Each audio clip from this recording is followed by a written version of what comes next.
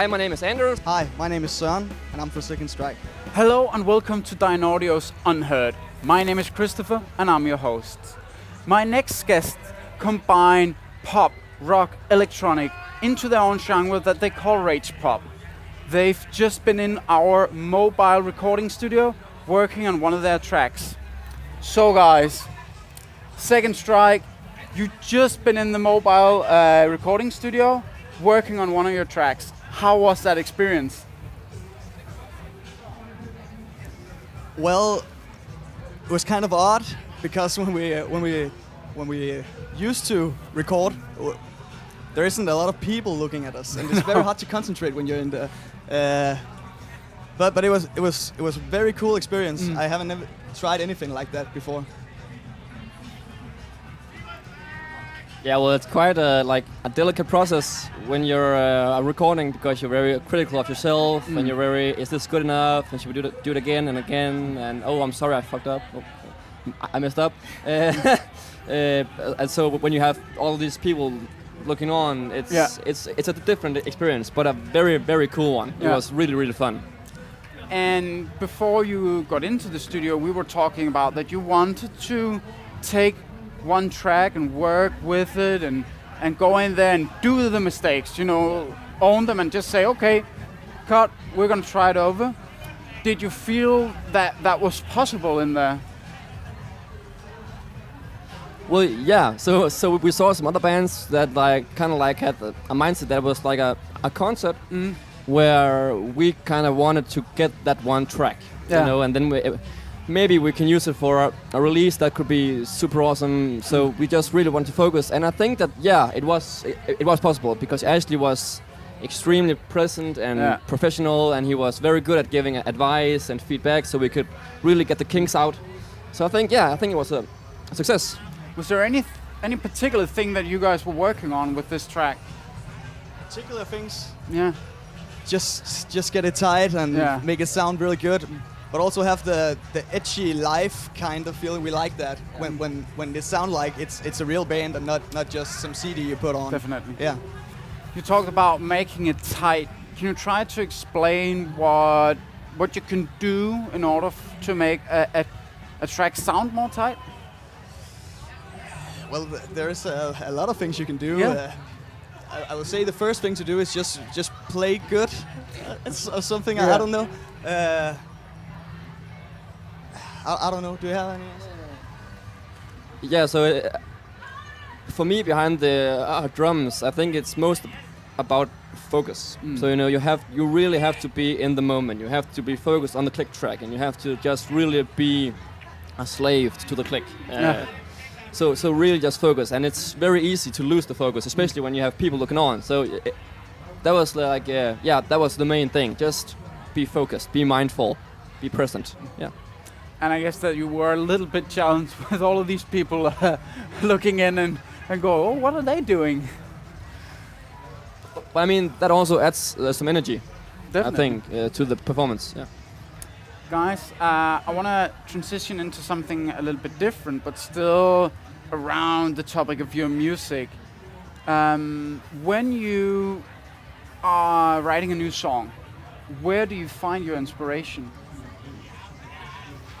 Well, the inspiration comes from a lot of different topics and a lot of different, I would say, incidents or something like that. It's just, I write a lot of the lyrics in the band, and when I do that, it's finding a topic you think that's relevant for the time and the place, and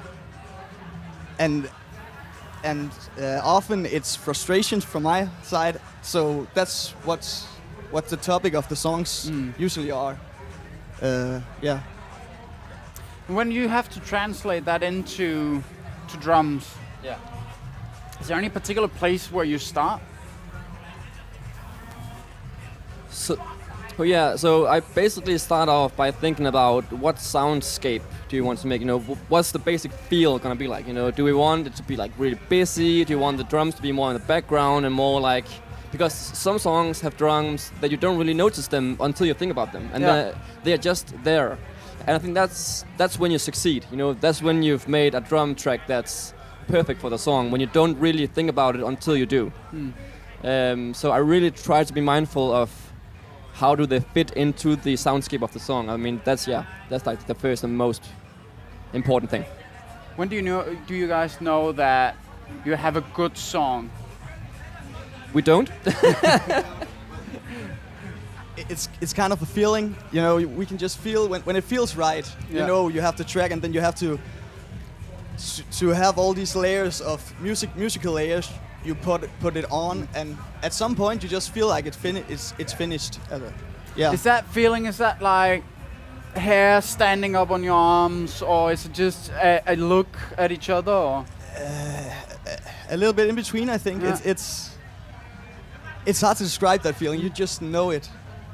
Yeah, well, it is very difficult also because, you know, making a song, it's a lot of different processes that lead into the final song. So, but I think with the 2 songs that we already have released, when we're in the studio with our producer and really putting the finishing touches, we really get that feeling like, holy shit, this is really, really good. Yeah. So I think that's when you know when you have the final sound. So it's actually hard to know before that. So as Søren said, yeah, it's all about feeling. I know that you got married on Saturday. That's right. Congratulations. Thank you so much. And I know that you had to play at Live Camp yesterday at 4. True. And I mean, if you had to just get some sleep, some rest, that couldn't be the longest wedding. Well, I mean, no, you're absolutely right. But we did manage to have a wedding that went from 8 o'clock in the morning until 1 o'clock in the night. So I think it was pretty. That's pretty decent. I think it's pretty good because when it's your wedding, you're just so knackered. After 8, you're just dead because it's such a brutal day because it's the biggest day of your life. Sorry, son. And it's just yeah. So I think we did all right. And I was exhausted the morning after. I mean, really just because I had to get up at like 6 because we had to clean up the house because we had it at a house. So I had to clean up and then get here. Yeah. So it's such. And you guys live in Aalborg, so it's about an hour and a half drive down here, right? Yeah. And we were talking about this in an interview we did before going to Smukfest. The sacrifices that you make, and I guess that this is one of those, right? Definitely. And of course, it must be worth it because otherwise you wouldn't be doing it. Definitely. But can you talk a little bit about some of the sacrifices you've had to make? Yeah. All right. Well. Yeah. So this one's an obvious one because my wife would of course have loved it that we could just hang out and chill out the day after the wedding. So yeah, that's definitely a big sacrifice. And she's amazing. She came down here with us and saw the concert, and she's just supportive. So I'm very, very fortunate. But also just I think the time investment is brutal. Time and energy. Yeah, we're both studying. We just finished your study, but I'm studying music in Aalborg, and there's a lot of things I can't go to because I have to practice with the band, or we have a gig the next day or something. There's always a lot of these things that you have to sacrifice if you just want it, but I think it's the same in every branche, in every business that you're... Yeah, business, yeah. Yeah, so of course there's a lot of sacrifices, but it's in the end, it's all worth it, and we enjoy each other's company, so it's not a hurdle. When is it that you know it's been worth it? Is that when you are at Live Camp and you just have that connection with an audience, or? I actually think after a concert we feel that we get together and we stand and hold each other's arms and say, we did it, man. Yeah. We did it. We played good, and I think that's the feeling that's worth it all. Also, it's all about enjoying the process of it, because you can't do this at our level and be like, I'm only satisfied when I play in front of 1,000 people, because that might never happen. So you have to, if you want to do this, then it has to be because you love doing it, not because you only love the results that might not come. Yeah. Guys, I have a final question for you. What is the single best thing that could happen to Second Strike right now?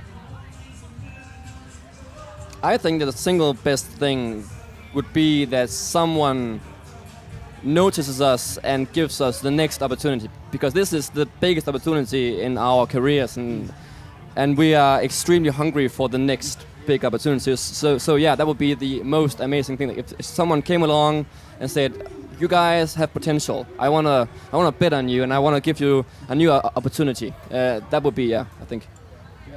No, I think it's the same. Yeah.